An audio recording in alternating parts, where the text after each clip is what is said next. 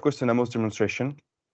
And with actually a live demonstration, I have a sticker printer here, and I have my little box that I want to send out. And of course, there's a Q&A session, so you can already start dropping your questions in the Q&A that you may have access to already. And of course, I will answer at the end as much as I can. Okay. Introduction first. So we have a single point solution to connect all major carriers out there. So it's a full end-to-end integration of the freight carrier platforms, and it's built within Amos, the interface with this the partner that I'm quickly going to mention afterwards.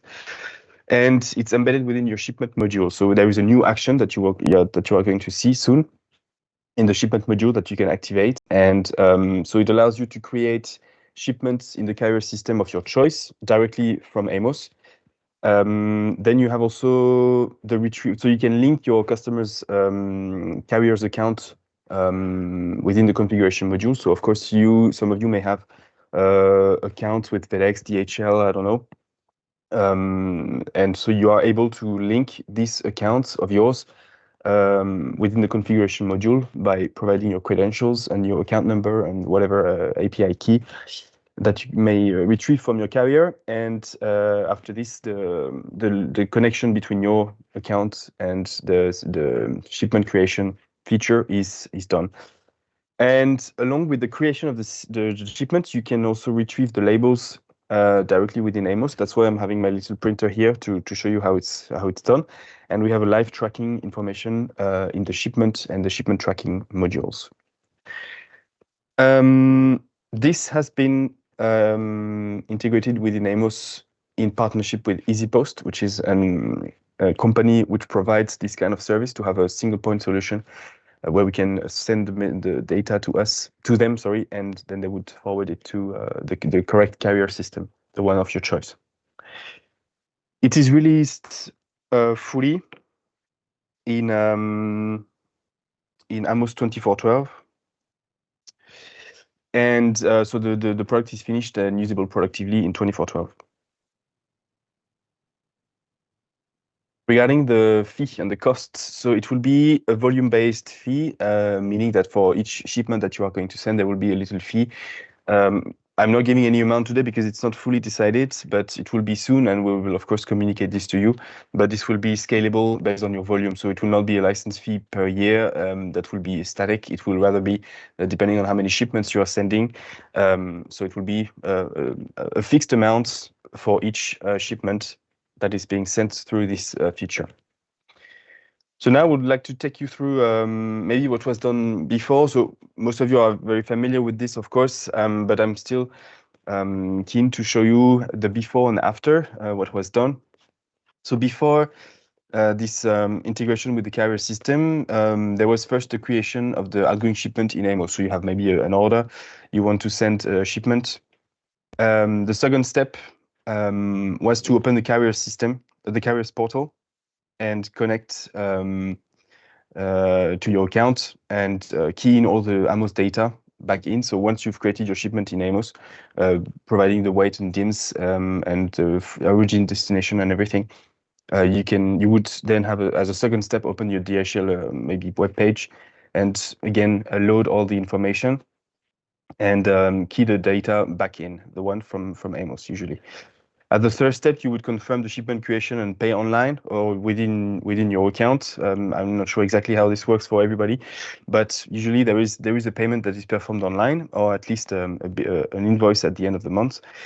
Then you would download the waybill. You would print it, so you would probably retrieve the label from the website or download it somehow and print it on your printer or maybe on a regular printer.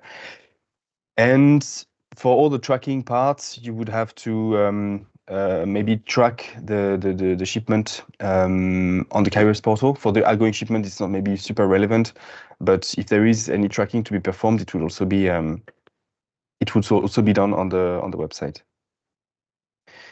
So as a summary, there was a manual and time-consuming double keying of the shipment data, because you would do it once in Amos and then you would do it in your carrier system, you would have the necessity to have Amos on a web browser open, so 2 applications, and the label and tracking information are not stored and available in Amos. So it will be on another platform. So if you want to retrieve your label and the tracking information, it will not be done directly in Amos. Now we have Amos shipment data, which is exported to the carrier system. So you don't need to key it twice. Shipment creation and service selection directly in Amos, meaning that if you're, I don't know, I will always be taking the example of DHL. We don't have any preferred carriers, but I will just take this as an example. If you have a carrier account, a DHL carrier account, and then you want to send a package to a destination, you would have several service types. You can have a next day delivery or before 1 p.m., 5 days, whatever kind of service. So these services that you have access to with your DHL account, they will be retrieved directly from your DHL account and shown you in shipment module directly in the little wizard that we've built that I'm going to show you afterwards. The airway bill is now stored in Amos and the live tracking visible in shipment tracking.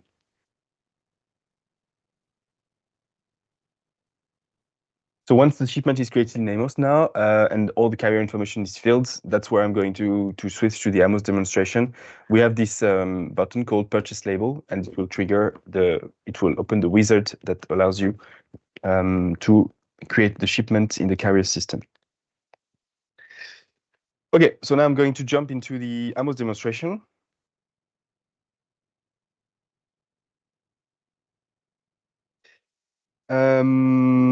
So the scenario will be as follows. I have here a sales order that I'm going to send to VV05. I'm shipping it from Frankfurt, main base, and I have a battery and 50 bolts. The pick tip has been performed, so I'm at this stage because it's not really of interest.